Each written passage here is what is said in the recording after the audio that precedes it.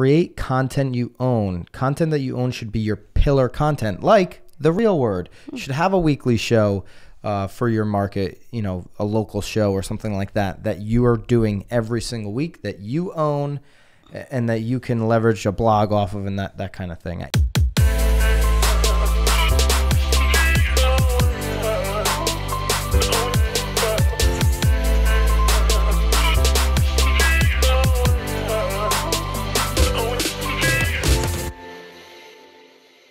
This is Byron Lazine and Nicole White, and you are tuned into episode 152 of The Real Word. Word is up. Here 152 and 2 episodes left. Christmas week. 2020.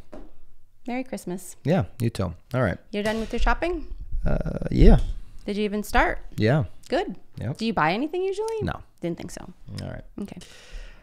Here we go. Second to last episode. We are going to, on this one, here in Racket number 1, recap Brad Inman's 2020 predictions. See what he got right and see what he got wrong. What was the date on that? The date was December 9th. He's a little behind this year because we have yet to receive his 2021 predictions yet. We were looking for those. December 9th, 2019, this article came out on Inman, and he had a whole bunch of predictions. We're going to give you every single one, whether they were right or whether they were wrong. But you're right, he is a little bit behind. A little behind, but that's okay. Everybody is. Everybody is. In the comments, I'm sure we'll get... Maybe he's busy getting his vaccine or something. I'm sure we'll get yelled at for harassing Brad Inman again. You know, that was you can't say nothing bad about Brad. That was just one.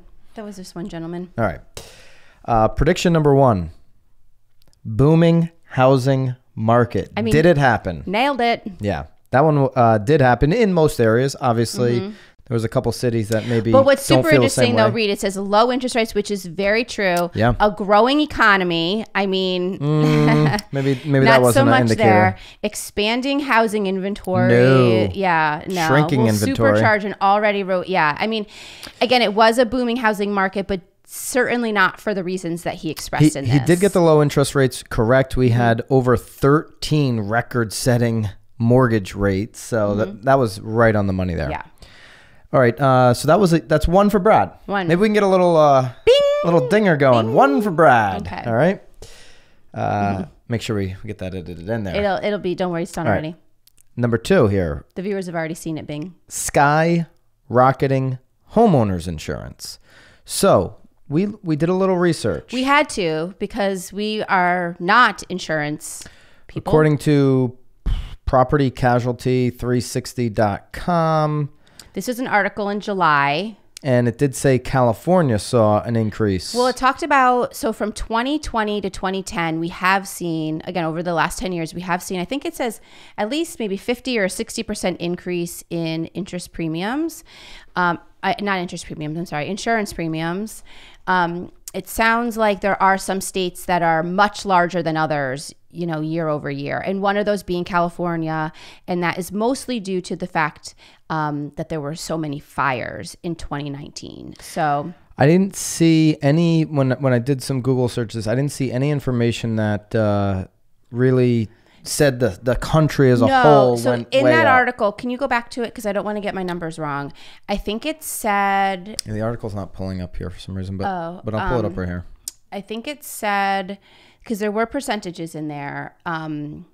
It's not pulling up there either. No, it's weird. I think maybe I'm behind the paywall. Well, maybe because I didn't, it's quite possible that I didn't send it correctly. That is possible. But it is a good article. We'll link it though, so that you can read it if you're interested. Again, it was written in July. It did say that there were some states that had seen an increase. I think it said actually 44 states had seen an increase. Okay. And I think it gave a percentage of maybe 40% had seen an increase of over 9%. And so Brad lives in California, and California. Well, and that's why he's super sensitive to it. So I don't know that if I would use the word skyrocketing, but yeah. Do we want to give him that one or no? I think we'll get, maybe it's like a 1.5. We'll give him a half on that. Half. All right. Yep. So he's got 1.5 right. Yep. A big IPO was prediction number 3 in the article back in December 2019 on the back of a successful Airbnb IPO, which Airbnb did IPO here in Q4 of 2020. Compass will file its S1 to go public.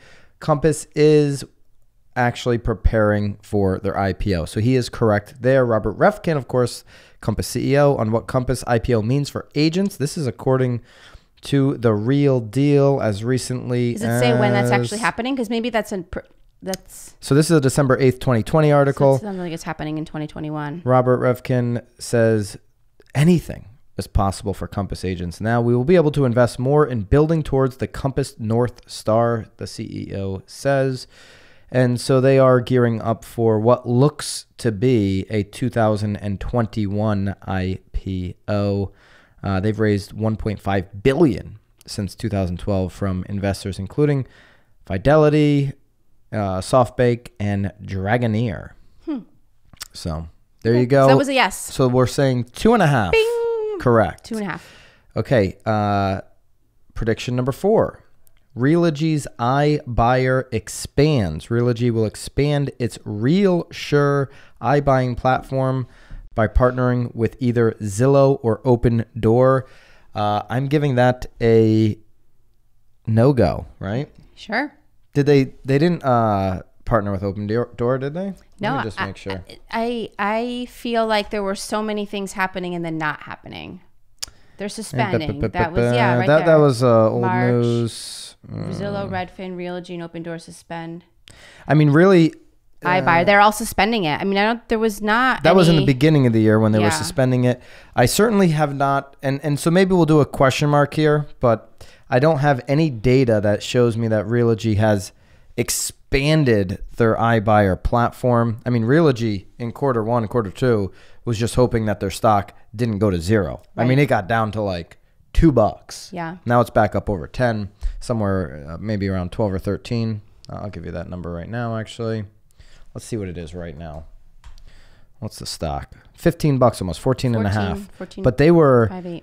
I mean, geez, they were down to, in the $2 here in March. 278 they touched down to, down here, 236. Yeah. You could have made some dough on the Realogy stock this year. So I'm surprised you didn't buy any when it was dropping. I thought I just was not thinking I wasn't thinking about buying Realogy stock. We were just, at that point, that was March. We were hoarding. I think we were all hoarding cash. Actually, I bought Zillow. I bought some Zillow, and I bought some Penn National. Little Dave Portnoy stock. They bought Barstool, Penn National. Yeah. Anyway. Okay. So I'm going to say no to that unless somebody finds that we're wrong. I didn't find any information that said they really expanded. All right. Big retirements. Brad had Bob Hale retiring from the Houston Association of Realtors as the CEO. Did not happen. And Joel Singer, the CEO of Carr. Neither of those happened. Neither happened. The website still shows them both. It's very interesting, though, because I do believe, if I remember correctly, maybe we'll go back to that episode. I feel like, maybe it was in this article. I think Hale in this article said, nope, I'm not leaving. Maybe aren't there comments at the bottom of these articles? Oh, I think he commented. Yeah. Yeah, I think back when this article came out, he's like, good try, Brad. That's right. All right, so that's a no-go. That's a no. So we're still at, what, 2.5? Here's the big one, and this is the one, and maybe we can even, this was episode 101 that we did this. We even said, holy guacamole, that is aggressive. If you go back to episode 101, maybe we can edit in the clip. I was just look for the episode where Byron is wearing like some really goofy, he says that they're Ray-Bans, but I'm not so certain that they were. No. Yeah, I was sitting in Florida a year ago. Not the case right now. Anyways, I was adamant that this was not going to happen. I was. iBuyer market share surge. This is what we were adamant about. Brad predicted that the iBuyer market will represent 50% of all sales in major U.S. real estate markets. Obviously, in March, when the coronavirus hit, not only did they not surge in their market share, they just paused. Zillow stopped, Opendoor stopped. They stopped buying homes for a period of time. Right. They've come back and they've started buying homes. Well, Go ahead. But the inventory is so low that why would people sell to a Zillow Instant Offer or Opendoor? You would have to be like living under a rock. Sale home prices have accelerated all year. You can get more on the open market working with a local professional, somebody who knows how to sell real estate listings in your market than you could on any of these iBuyer programs. So they have not surged. They are not at 50% of all sales, not even close. So this one was no. A big fat no. probably deserves 10 no's over in the no column. Oh, bing, bing, bing, Yeah, bing, yeah. bing, bing. Just because it Like was so jackpot. wrong. All right, a software shakeup. He had MoxieWorks acquiring Boomtown or REW, Real Estate Webmasters. Neither of those happened. I do feel like REW is ripe for the picking, and there's going to be an acquisition there. That's my prediction for 2021, that REW will get acquired. But Boomtown has not been acquired. I don't feel like they're going to get acquired. And let's see if there's any news on REW, Real Estate Webmasters, being acquired. Real Estate Webmasters they just haven't innovated enough, and I think that's kind of where he was going with both of these. That neither of these companies maybe have innovated enough in the last couple of years. Boomtown has really great culture, great clients. I don't think maybe they will. Maybe I'll be wrong, but I would likely see REW sell before Boomtown. I don't see any information or any rumors out there of REW selling, and they certainly haven't sold yet this year. All right, so that's a no. It's another no. Bing. The Newsday, Long Island Newsday journalist investigation, which we covered this year, where they covered. Well, I think everybody covered it. Yeah. I mean, Houston obviously got wildly involved. NAR is now, readjusting sort of their guidelines. So whether they won the Pulitzer or not, it definitely made some waves in the real estate community that needed to happen. And so this was a housing discrimination study by these Newsday journalists. What's they did really a great job. You should watch the video if you haven't. Well, that's just it. I feel like it wasn't really out there until everything that happened in 2020. Right. It wasn't. It didn't get the notoriety that you thought it would have until everything that happened in our country in 2020 happened. Then it kind of it resurfaced. We certainly covered it heavily here on The Real Word. You can go check out a past episode there. And it's if you're a real estate agent and you still have not seen the video and read the documentary, you really need to. Now I don't know that they won. I did not see anywhere that they won a Pulitzer Prize, but they did win some awards. One of them, Newsday wins award for a Long Island Divided series on housing discrimination. They won an award, the News Leaders Association Award for Innovative Storytelling. Newspaper and a staff were awarded the association's Punch Sulzberger That must Award. be the Pulitzer. It's like, I feel like it's like the opposites. Like you didn't win the Pulitzer, but you win the Sulzberg. It seems like a Pulitzer, but I didn't see that they won a Pulitzer, but they won awards. They got there a ton of notoriety. Though. I am glad that there were some accolades. We'll give them a half for that one. Another half? Yeah. Wow. I think that's just a no. Well, they didn't win the Pulitzer from my research. All right. His next prediction was a squeeze on commission rates. Realtors will not be some big word there, but the squeeze on commission rates will accelerate as too many digital middlemen continue to get their hands on the pipe. In the pie. In their pie. In the pie? In the pie. Is that what you're saying? On the pie. Oh, it sounds like you're saying getting their hands in the pie. In the well, pipe. that's what he asked. No, I hear it. Pie. It sounded like you said in the pipe. Like in the pipe. In the that's pipeline. the pie. All right. The commission rate squeeze. You can look at this two different ways. Have commission rates here in our market gone down from the average of what homeowners are being charged? No. In your market, in the comments, have commission rates gone down on average in your market? Most people that I talk to would say no. Now, with Zillow Flex expanding to basically every single market and charging 30% referral fees to work in that program, you could look at that as, because he mentioned digital middlemen, you could look at that as a commission squeeze, right? Right. 30% referral fees on all of these transactions. That's commission compression.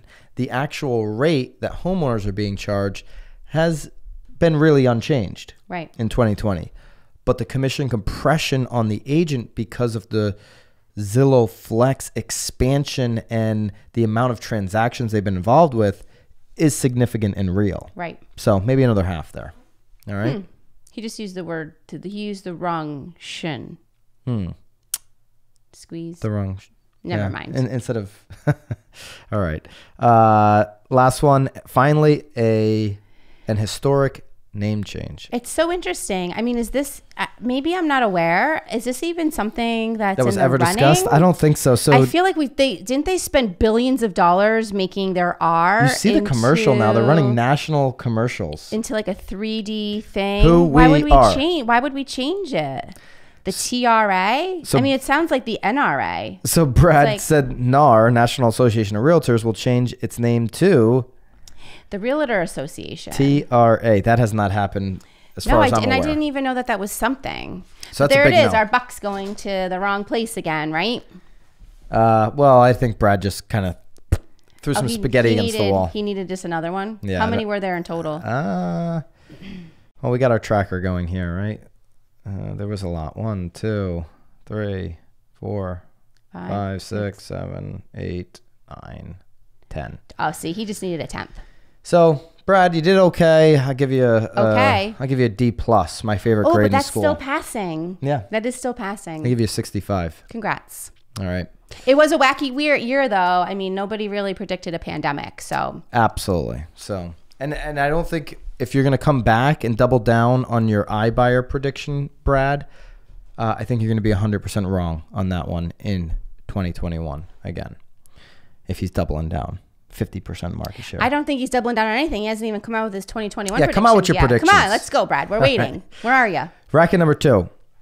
2020 has killed these 3 home design trends. This is a Realtor Mag topic. Yep. Okay? Yep. So you're big design. I don't know about big. I mean. Big time. Big time? Oh, yeah. Oh, big time. Go follow Nicole on the social redesign. I'm a big timer. All right. I'm going to give these to you. There's 3 of them. Mm-hmm. Number 1. Yes. The open concept. Yes. Open floor plans have long been all the rage, but as more people hunker down at home, they want more walls for greater privacy.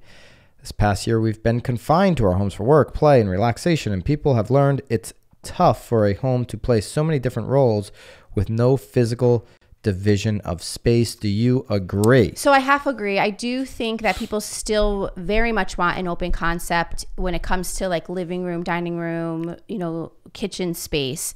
But I do think that I'm finding a lot more people, instead of having like a formal dining room, they're actually putting like doors on that room in order to make that like an office. It says here more designers are using room dividers, area rugs, and curtains to add greater division to an open layout. Room dividers. Yeeks. Don't do that. What would a room divider be? Like one of those like a partition wall, like a fake wall? No. I'm assuming it's one of those like fold. It's all of that is a horrible idea. Okay. I think you're better off trying to find maybe a space in the basement. I know that like my kids are not that I'm a supporter of them going to their rooms to do work, because I'd rather like watch them, but obviously now each of them are on Zoom calls. Us as parents are on Zoom calls, so definitely having closed spaces. But I do think it's sort of important too, if you have the ability to be on separate floors, like maybe finish out a basement, finish out an attic, that you can like have your office be separate. I think people have wanted more space. Yeah.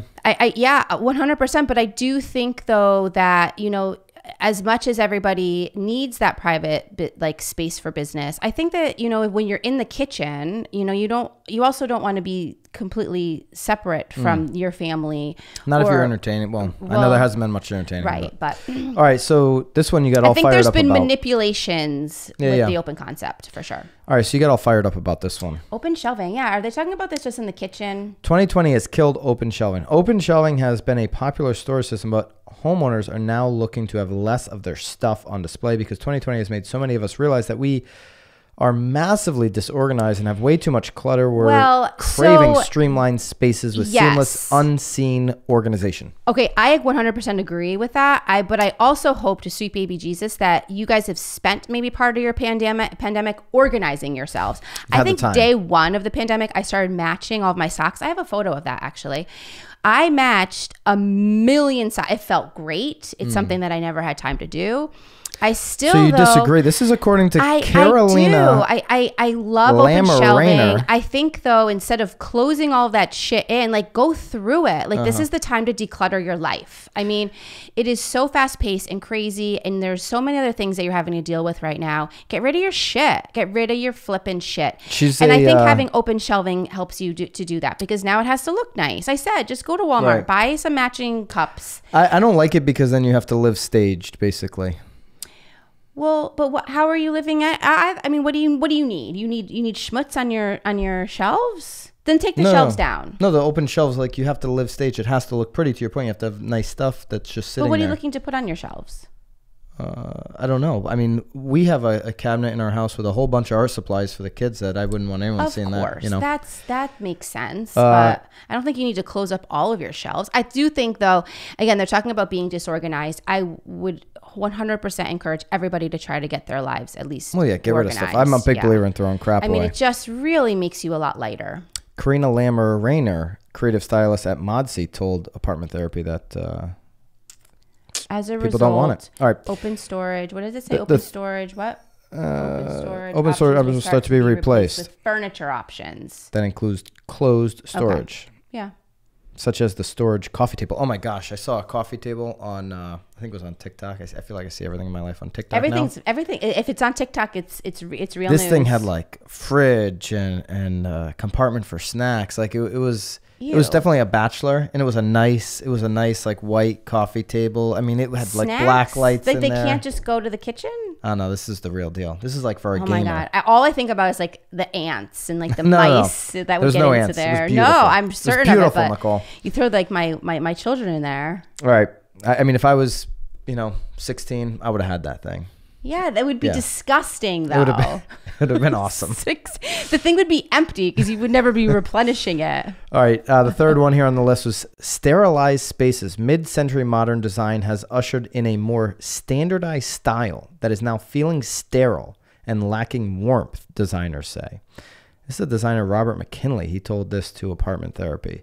I also think that homes will start to lose some of their universality. I don't know what that even means, but anyway, I expect that we will see design that is more regional and place-based than ever. Design focused on thoughtful, one-of-a-kind objects. That went over my head. I don't know.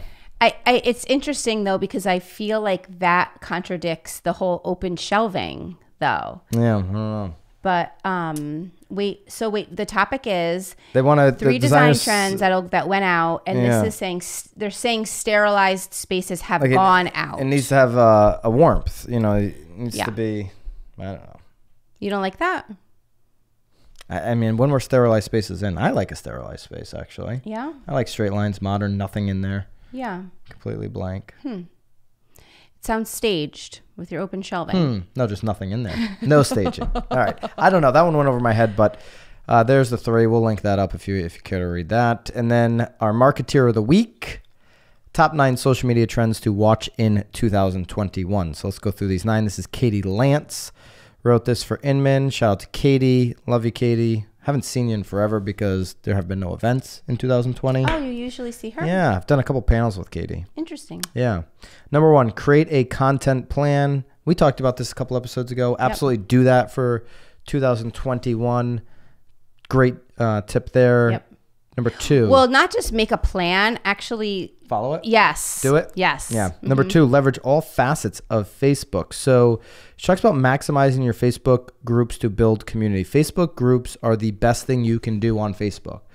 They have the most organic juice. So if you're involved in a Facebook group that is actually active, that will populate to the top of the people's that are in that group's newsfeed more so than anything else. It's better than your personal page posting, certainly better than your business page posting, which requires heavy pay to play to get attention. So Facebook groups are absolutely the number 1 thing you can be doing on Facebook. She says use stories. I don't watch the Facebook stories. Do you? I don't watch them because I watch Instagram stories, and I feel like a lot of people put the same ones on both. So Twitter has stories now called Fleets. Don't watch them. Don't watch the Facebook stories. Don't watch the LinkedIn stories. You do IG stories. But I watch IG. Yeah. It's like I'm only watching stories in one place. Yeah, I agree. And again, most times they're same exact stories in both places. Correct. Yeah. And with IG and Facebook obviously linked together, you're going to get that a lot. Review and repost your best content. If something really performed well in 2020, I would agree. Roll that thing back out at some point in 2021. Right. Well, or repurpose it. So if a post did well with like your 2019 figure, obviously do it with your 2020 figure. Or if there was like something, I don't know. I think that you can certainly repurpose a lot of the posts that you've done. Repost or repurpose. Yeah. Number 4, create content you own. Content that you own should be your pillar content, like The Real Word. You should have a weekly show for your market, a local show or something like that, that you are doing every single week, that you own and that you can leverage a blog off of and that kind of thing. I absolutely think this is probably the best piece of advice in the 9 topics here. Number 5, build your email database. Absolutely. I mean, email is still performing if you're doing it right. Between 18 and 20% open rates. It's very... I won't say it's free because if, you're going to maybe subscribe to certain things, you can do it for free. Well, yeah, I think once you hit certain numbers, though, it does become paid, but the certainly worth it. I mean, what are you talking about? $50? Yeah, the bang for your buck on having a good working email database is awesome. Yeah. Number 6, take the online offline. This tip is in the secret sauce. Reach out to people on their birthday. Call them, right? I would say that that's much more impactful than all of the Facebook happy birthdays. Like I have it blocked on my page, so you can't just like disrupt my page with all your happy birthdays, and then people start doing the DM and then they start texting you. Oh. I honestly, I feel like an awesome person on my birthday on Facebook. I get so frustrated on my birthday when I get 200 text messages to reply to. It's like I don't want to spend 3 hours on my birthday thanking everybody for the happy birthdays. It's like I dread that day I think I'm gonna take my birthday off. It? Well, because it's like just because of Facebook. I gotta spend 3 hours like all of these like happy birthdays I got. It's like, okay, all right, enough. Do you send them though? No. You don't ever post happy birthday on someone's page? Rarely. Interesting. Rarely. So do you text or call? Like if it's somebody close to me, Yeah. and I remember. I'm not a big... No, I think 9 times out of 10 I'm reminding you. I'm a bad guy. I'm not a big birthday supporter. I feel like we should cancel all birthdays after about 18 years old. 21 Lord. Maybe. Go to 21. Well, you gotta at least go to 21. But certainly... And then just celebrate every 10 years. Certainly do something a little more thoughtful is what she's saying. I would agree. All right. Number 7, don't automate. Enough with the canned content already. It's 2021, folks. Like, if you're just putting out bull crap that everybody's seen for the last 10 years, you're going to get ignored. Yeah. In fact, the algorithm is just going to push you down. I will tell you, though, like, there's great sites like Canva, though, that are giving you templates that you can then change into your own content. Yep. And it's free. So, again, if you're, like, lacking on any of that, again, like, they're giving you these really great templates that you can then put in your own content. So, definitely visit those.